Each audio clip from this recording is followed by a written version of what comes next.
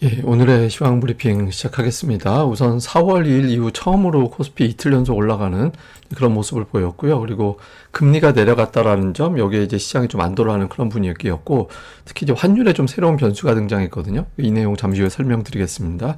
종목은 이제 반도체가 오늘 눌렸고, 화학, 철강, 제약, 지주회사, 차부품, 다양한 종목군들이 올라가면서 상승 종목이 압도적으로 더 많은 이제 그런 모습을 보였고요. 특히 외국인 투자자들이 선물과 현물 동시 매수, 그리고 이틀 연속 매수하면서 그동안 이제 퐁당퐁당해서 이제 벗어나는 그런 모습을 보인 게 특징이었습니다. 오늘 우리 증시뿐만 아니라 아시아 증시가 전반적으로 다 괜찮은 그런 모습을 보였거든요. 일본은 휴장이었고 대부분 다 플러스가 났는데, 시장이 올라갈 수 있었던 이유는 일단 지난 주말에 나왔던 PCE 지표가 그러니까 안도감을 좀 줬고, 그게 이제 금리를 끌어내리는 그런 역할을 했죠. 그래서 금리가 내려가면 아시아 증시가 좀 살아나는 그런 경향을 보이게 되거든요. 그러니까 제가 여러 번 말씀드렸지만 CPI는 백화점으로 치면 백화점에서 파는 모든 물건 가격이 얼마나 올라갔지? 그걸 갖다 합계로 내는 게 CPI. 다음에 이제 PC는 뭐냐면 그럼 백화점에서 들어가는 손님이 지난달 대비 얼마나 더 많은 돈을 쓰고 갔지?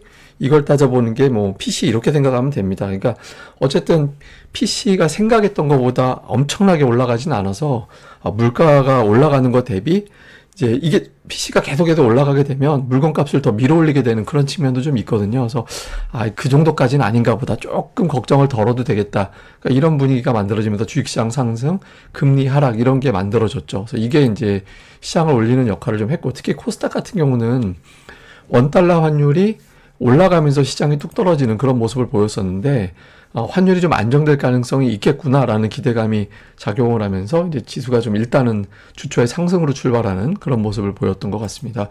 그리고 이제 오늘 환율에서 중요한 변화가 생겼는데, 우린 오늘 원달러 환율이 그렇다고 밀린 건 아니지만 일본에서 환시장 개입을 했거든요. 그래서 그 달러당 엔화 환율이 뚝 떨어지는, 환율이 떨어졌다라는 건 이제 엔화가 강세를 보였다라는 건데, 160엔 근처 가면서 확 하고 밀어내렸잖아요. 그러니까 이제 일본이 가지고 있던 달러를 갑자기 확 풀어가지고 이제 환율을 떨어뜨리는 그런 움직임이 나왔죠. 이렇게 되면은 이제 여기서부터 이제 치열해지는 겁니다. 그러니까 투기 세력들이 이걸 갖다가 힘으로 그냥 밀어붙여 버리면, 일본 당국에서 만약에 못 막아버리면 이 160엔이 돌파가 되면서 본물 터지듯이 더 위로 치솟는 그런 결과가 나올 수도 있고, 반대로 투기 세력들이 여기까지 해먹었으니까 160엔에서 일본이 개입을 할 거니 여기서 반대 방향으로 틀어가지고 밑으로 해먹자, 이렇게 반대로 틀면서 밑으로 내려갈 수도 있거든요. 그러니까 일단 개입한 거는 확인이 됐으니까 환율이 떨어지고, 근데 우리나라 이제 원달러 환율도 밀렸었죠.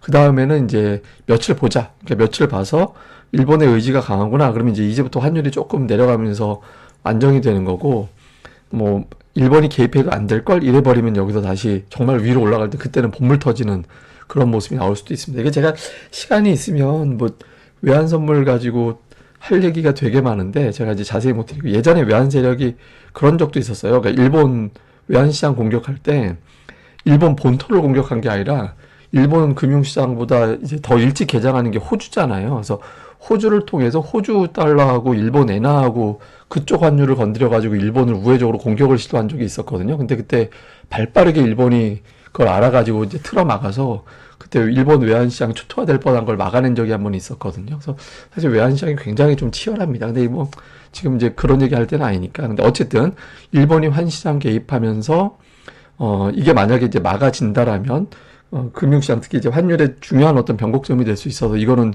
한 2, 3일 정도는 되게 치열할 것 같아요. 이거 좀 봐야 될 것 같고요.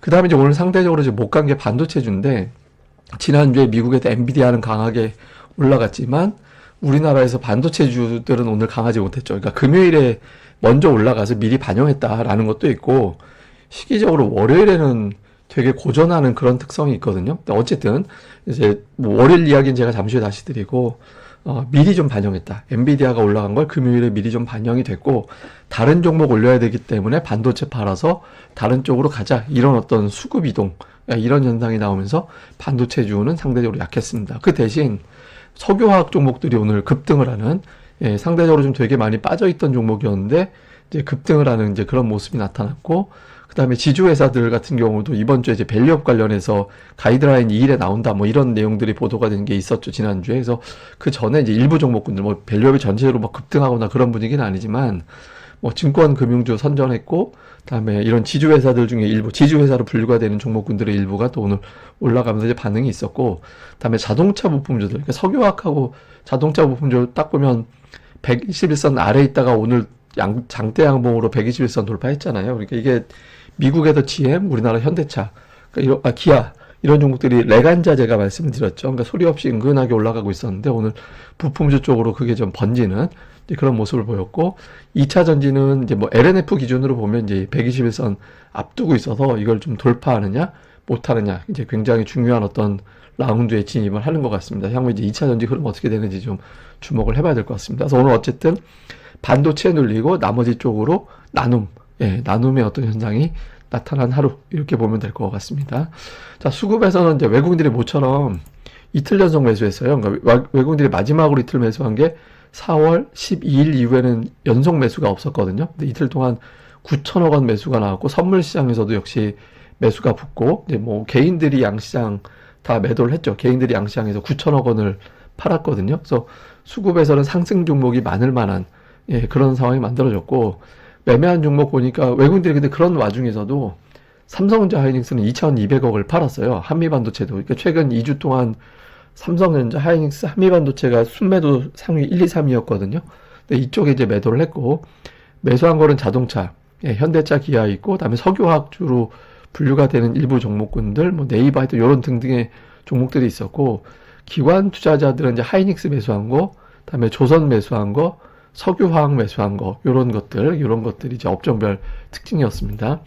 그 다음에 코스닥 쪽에서는 외국인들이 이제 반도체 쪽 매도를 했죠. 그러니까 그 매도하면서 반도체와 지난주에 매수했던 이제 전력 관련된 종목군들이 매도 쪽에 가 있고, 2차 전지 관련된 종목군들이 상대적으로 매수에 많이 눈에 띄는 그런 특성을 좀 보인 게 있었고요.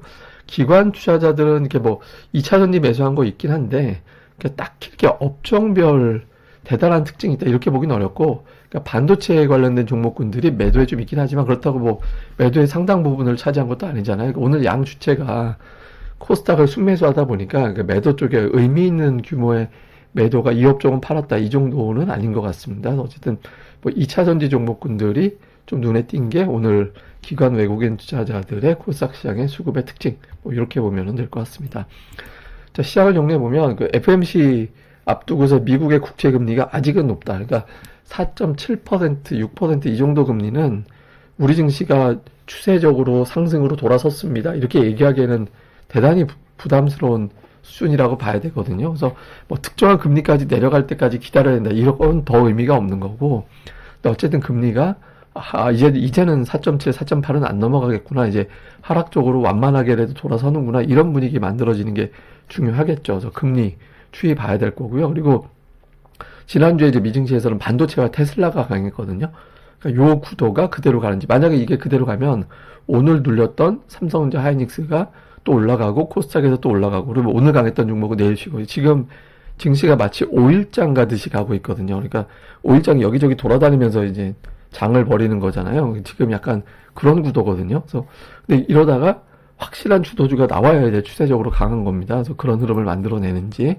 그 다음에 이제 외국인들이 모처럼 이틀 연속 순매수 들어왔는데 매수로 전환이 되는지. 그러니까 지금 선물 매수한 거는 의미가 있거든요. 제가 뭐 위로 한 7만 계약, 아래로 한 2만 계약 정도 되는 것 같다. 그래서 이제 그 매수로 돌아서면, 그러니까 아래로는 한 100포인트, 위로는 한 200포인트 정도까지 가능한데, 근데 그게 꼭 그렇게 되는 게 아니라 막 지그재그로 치고받고 할 수도 있잖아요. 그러니까 그런 움직임보다는 완전히 추세로 매수로 가주는 흐름이 나오는지가 되게 중요하죠. 그리고 오늘 특징적으로 뭐 화학, 철강, 지주회사, 제약, 바이오, 차보품 등등의 종목군들이 다양하게 올라갔는데, 오늘 눌렸던 종목군들이 또 하루 이틀 이후에 또 올라갈 수 있거든요.